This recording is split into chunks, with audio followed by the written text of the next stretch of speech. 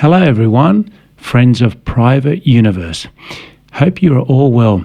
It's been a little while since we have done a show, but anyway, I'm back, my friends. We're back here with a vengeance. 2023 is going to be a fantastic year. Hey, you got to put it out there. January is usually the Sunday of the year. We have all these plans of doing stuff and then we don't do them and it just goes by very quickly. And February comes and anyway, we get back in order. So I always say, if you're going to have New Year resolutions, make it on the 31st of January. That's the day that it starts. Put that date in your calendar. That's the start of the psychological year, my friends, the motivational year, because trying to change your life from the 1st of January is setting yourself up for failure. Because, most of us probably just want to sleep in that day and drink lots of water, maybe have a hangover, go to the beach, all that type of stuff. Sounds like a great plan in September when we've got to lose weight or save some money or say I'm sorry to someone or whatever it may be. Yeah, I'll do that on the 1st of January. But it's not going to happen. And you literally waste 3 months before you do anything. If you're going to waste 3 months, you might as well wait a little bit longer and waste 4 months and lock it in on the 31st. And really, 1st of February, get going, because then you're setting yourself up for success, my friends. But if I were you, I wouldn't wait. If it's September the 16th, do it then. Doesn't matter. It's just a number. It's just a month.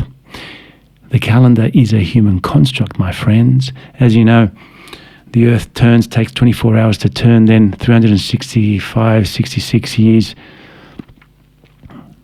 or days even sometimes. 365 days for the wonderful planet we live on to rotate around the sun, as Galileo and Copernicus knew many, many, many, many years ago, but were silenced. But we know that, and so we've invented this calendar that kind of like fits in with things, with a scheme of things, if you like, but it doesn't really fit in with our lives in the sense of planning. To wait for a date is a mistake. That's actually a good title. To wait for a date is a mistake. I'm going to write that down. There's my next million in the next book. All right.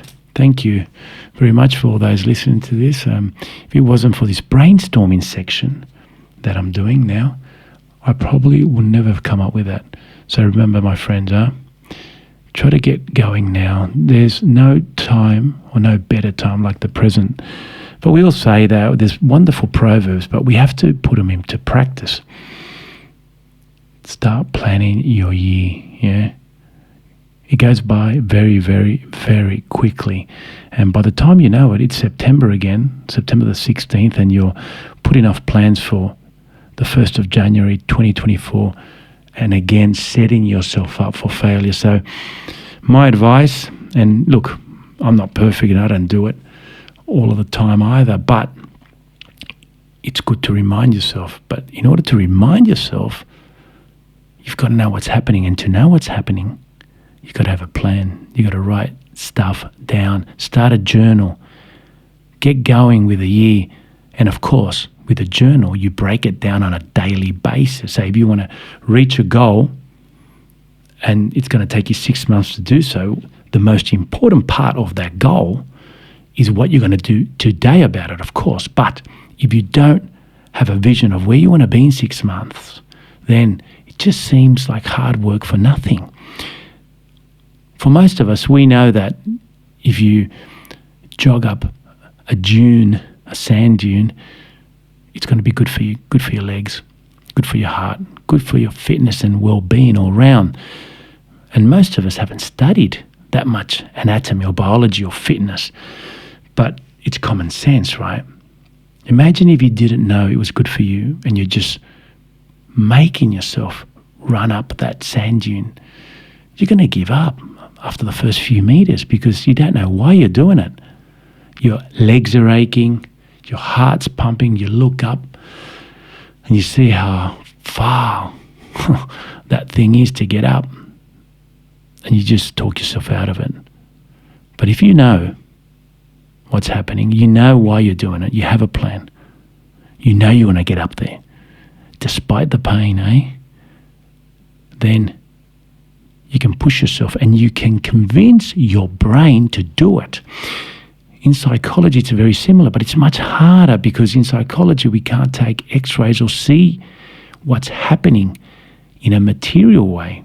We can't measure the size of the mind, how much it's grown like you can with your calf muscles.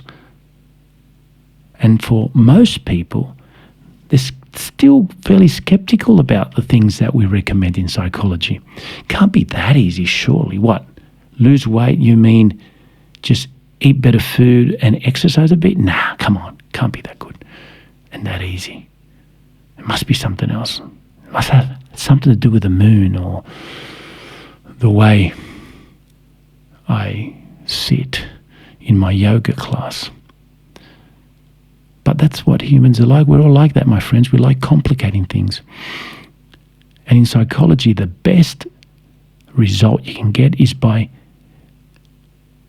doing the simple things. But the big word is doing. You need to be consistent, regular, and structured, and you'll get results.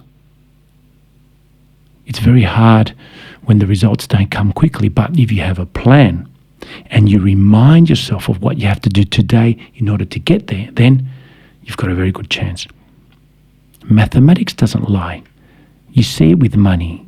If you need $100 in 100 days and you can afford to put away $1 a day, you can guarantee that in 100 days you will have $100. It's mathematical. It's always been the same. It always will be, and in any part of the earth. 1 times 100 equals 100. You can't change that fact. Now that you've got the plan, now you've got to put that dollar in every day. The most important thing you do to achieve that plan is to place that dollar in the piggy bank. If you don't place that dollar today, you're not going to have $100. Guaranteed. You'll have 99. And if you miss out 10 times, you'll have 90. See how I can predict the future? It's incredible.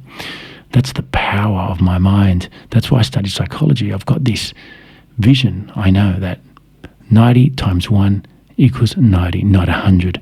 So what's important, my friends, all jokes aside, is what you're going to do today. Are you going to put that dollar in the piggy bank? Or are you going to convince yourself that tomorrow you can put in 2, where that may not be possible? We all do that. Yeah, tomorrow I'll go for a 20-minute run rather than a 10-minute run. Or tomorrow I'll just have my coffee without sugar because I ate a big meal today. It doesn't really work that way, my friends. When tomorrow comes, it's the present again. And in the present, if you're weak-minded, if you don't have a plan, and you are easily convinced, yourself easily convinced, and you're easily talked out of things, then it's going to happen again. The way out of that is to be almost obsessive with a plan. And not obsessive in a bad way, in the sense that you want to achieve this, to show yourself that you can.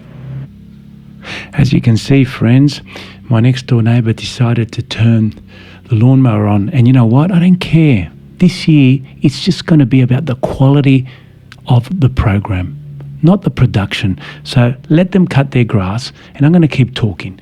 But for now, I'm going to let you go because I've already said some incredible stuff, and for free, I'm not asking anything back. Hopefully you can share this with someone that may need it. But yeah, all jokes aside, my friends, we're all learning. I love doing these programs because I myself get my head around things, mainly for my own life. And so thank you for giving me the opportunity to do this. Remember, my friends of Private Universe, that existence is really miraculous and marvelous. There's a lawnmower. Hey neighbour, you wouldn't mind cutting my side? Cheers.